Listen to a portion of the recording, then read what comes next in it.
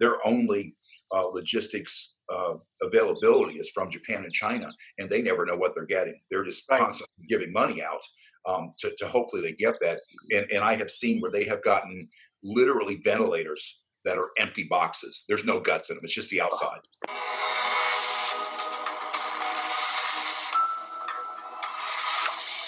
Protect your privacy and your freedom. Use a VPN. Discount code for NordVPN in the description below with a 30-day money-back guarantee. There was nothing inside that worked, and they bought it, and there's no recourse for this. So that's why they're right now jumping on Morpheus Network and the whole blockchain and trying to get other supply lines.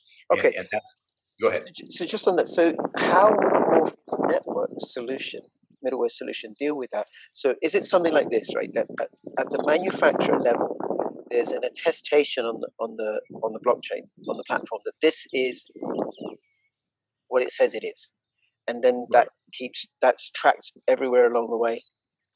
Okay, so let's look at the two biggest problems right now: DME and durable medical equipment. I don't have to keep saying that. I think you guys DME know what that is now.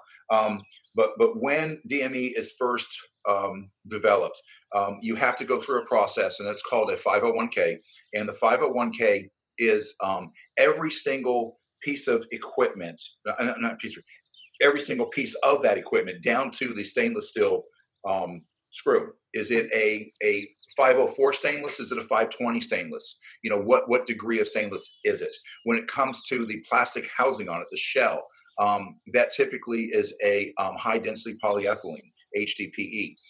What components went in to make that? So all of that information, I mean, that's how detailed it is, because if there's a life lost, they're going to pull that piece of equipment, and that piece of equipment is going to be tested. It's going to be mic'd, and it better match exactly what that 501k said. So when you're getting a piece of equipment, you are going to have to, it has to have the 501k stamped, verified, yes, with that piece of equipment. That goes into your digital ledger. And then from there, as blockchain works, it's added to. So if you're going to contradict something that about that piece of equipment, in other words, commit fraud, if you're going to counter something on that, there has to be some trail behind that, or there has to be some reason for it, and it has to be verified. So if you're just coming in and saying, well, I have all of this stuff, it's not verified. So why is it all of a sudden verified in the middle? You see, it takes away that there was no beginning, and so here's the end. It's fraud, and the red flags come up, and you see it. It's the same thing like right now in the pharmaceuticals. Huge with this coronavirus is the problems of fraud in the pharmaceuticals. So you have a what's it called? It's a introduction of the drug. DNA, no, FNA, I forget what it is. Anyways, the nomenclature for it, I forget. But basically, it's the introduction of the drug, and then from the drug, and then it goes through all the clinical trials and the testing, and you have a company that will write the contract or write the trial. It'll be approved through the FDA. The FDA will then say, okay, go ahead and grant it.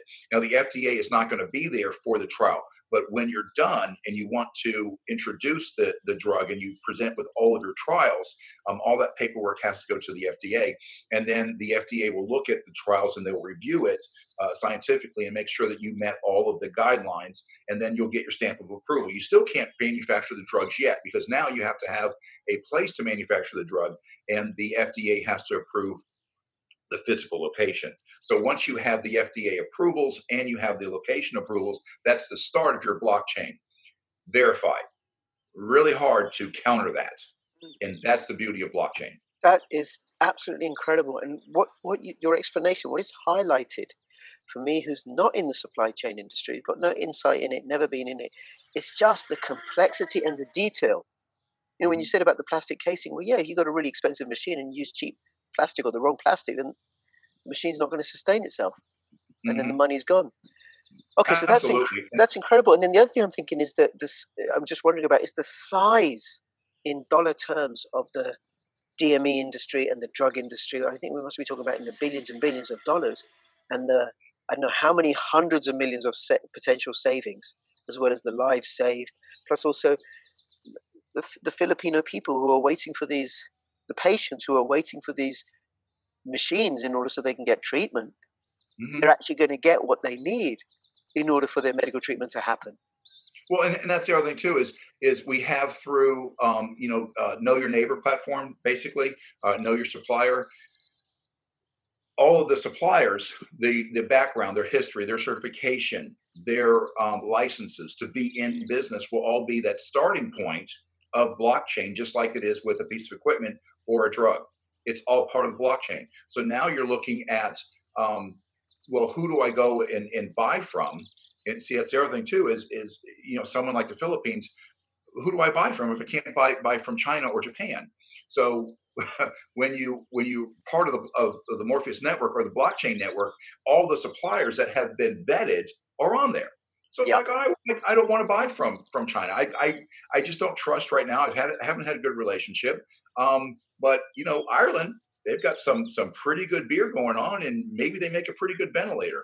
I'm just messing. No, I get it. But, But it could even be like a Chinese company that, okay, so we're going to operate with integrity and give people what they paid for and do it really, really well. And then that will be attested on the blockchain. So then, obviously they're going to, I think it's obvious that they'll get more business because people can see, okay, and hopefully they'll corner the market. well, yeah. And that's, yes. And that's one aspect of it. Now, when you start working with hospitals, and I had mentioned that I was in Florida, so we have the hurricane. So let's take the whole mapping, the performance mapping platform just a step further. And now we have equipment, and so there's a need for equipment. We have a Cat 5 hurricane that's going to hit Miami, which is on the east coast of Florida. Okay, I live just north of Tampa. I'm on the west coast of Florida. So, it'd be really great if we could figure out what my needs are going to be. So one of the things with the AI algorithms is I can go in and say, okay, well, June 1st starts hurricane season. So I've got running the blockchain in the background, what our current lag time is for these items that are must-haves for the hurricane season. So my lag time on this particular item is going to be 6 weeks out. And I've preset, as a supply chain director, I've preset that I want a week's notice. Okay, so that means 7 weeks out from hurricane season, I'm going to get a little thing that pops up and says, hurricane season starts, to be prepared. And this is already spelled out for everybody. So in order to be prepared, you have said that you want to have this amount of supply. In order to get that in time that you had pre-stated, you need to order in the next 7 days, because the lag time is this. See, it takes the guesswork out of it. Now, a hurricane is actually coming in. So you say, well, I'm not at ground zero. I'm going to be one of the ancillary areas, or it's going to hit, let's say, St. Augustine, and it's going to head, up north. So I'm not going to be ancillary. I'm going to be regional. I'm going to be regionally affected by it. So using the algorithms and the pre-collected data, we can say, if you're ground zero, based on the number of beds that you have in the current population, and the population in Florida fluctuates up and down depending on the time of the year, depending on the season. We have seasonal migration of human beings because of our climate temperature. So based on these things, and for you and I to figure it out, it would take a good probably 30 minutes to look at it. For an algorithm to look at it takes a matter of a microsecond. So based on all of this, this is what your need's going to be. If you're regional, if you're ancillary, which means that you're not in its path, but you're right next to it, so they're going to be drawing resources from you, which means your logistics are going to be down. Based on the previous data of ancillary, you're going to be here. So these are going to be your needs. And then if you're not affected, you wouldn't even have that. So basically you have a 1, 2, 3 button, either a 1, I'm in the path, 2, I'm ancillary, or 3, I'm just going to be affected regionally. You have that. So now when you're building your supply, you can now look at what your needs are going to be coming into and being prepared for that season. It's the same thing with the pandemic. In Florida, our numbers, as far as population, are very much like the numbers in New York. The number of population between the two states are pretty much the same. The difference is that New York is clustered in a handful of areas, very tight, and some of the upstate New York is basically vacant land. Florida has some of that too. Some of our middle. We have, Miami, Orlando, Tampa, and then we've got, outside of that is probably St. Augustine area and Jacksonville. Jacksonville being the least of the five. Those are our five big areas. So we can push those numbers in. So as a pandemic comes, we can see what we're going to need for supplies. Now, here's a beautiful thing. We had some supplies that left Washington, D.C., went to New York. New York decided they didn't need it. They sent it out to Los Angeles, which is all the way across the United States. Los Angeles didn't need it. They sent it to Ohio. Okay. With our system of the algorithms, we have a push-pull system. So instead of thinking of it logistically as we're going to ship to here, we're going to ship to there, instead what you do is if you don't have a need, you release it, and that pushes it out. It's almost like if you have a giant pond that's completely still and you drop a rock in it, that waves, they go out. Okay, so you're pushing it out, and everyone who has needs, they can collect it. This one over here, however, that one is a pull. So they pull it. So instead of that going from DC to LA and that whole route, instead it would have simply been pushed to the next county. That county would have pushed to the next. And now the logistics is something that is easily manageable and something that can happen overnight or within 24, 48 hours, as opposed to something that takes a week and a half, 2 weeks. So it cuts the need for logistics, the decision making and looking out. It's all automated 100%. And that's also part of the dashboard. The hospital facilities are rated on benchmarks. That's how they get paid through some of the government subsidies. Medicaid, Medicare is through their benchmarking. We can, as well as we can track supplies, as well as we can track DME, we can also track individuals.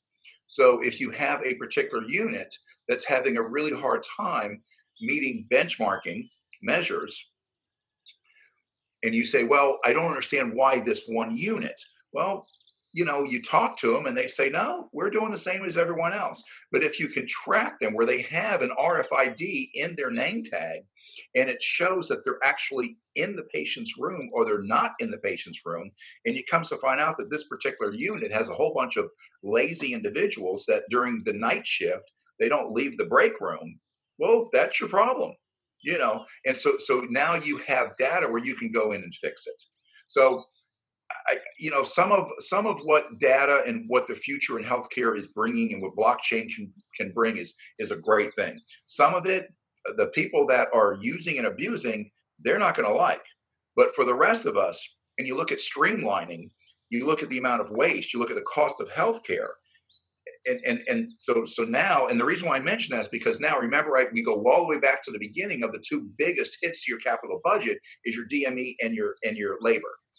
We now have the ability to streamline, to lean out the DME and labor. And now that is a major significant cost saving to your capital budget. And now when you're saving that amount of money, and I'm talking, or like you even mentioned, millions of dollars per facility, what is that going to do to healthcare regionally or as a nation? Well, good point, because I was listening to you thinking about, my God, the ramifications for this globally. You bring in this sort of system you got this landmass in North America, but you bring this sort of system into Europe and the difference it could make also to African nations with all their challenges with transportation and the climate and everything. Wow. Right. That's the superlative. And then I want to move it on a little bit because I am conscious of the time, right?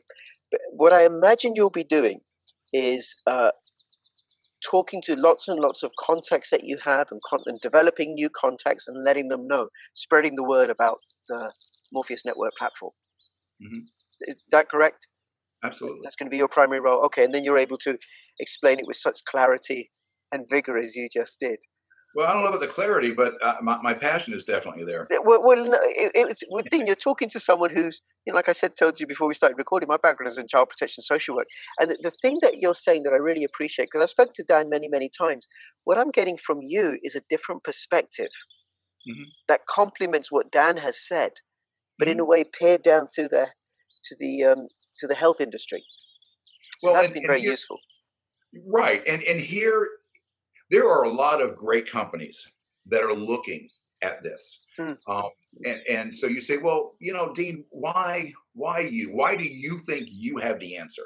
Well, I know I have the answer, but how did I get the answer that other people do not? Mm. And here's the key. I'll put it out there.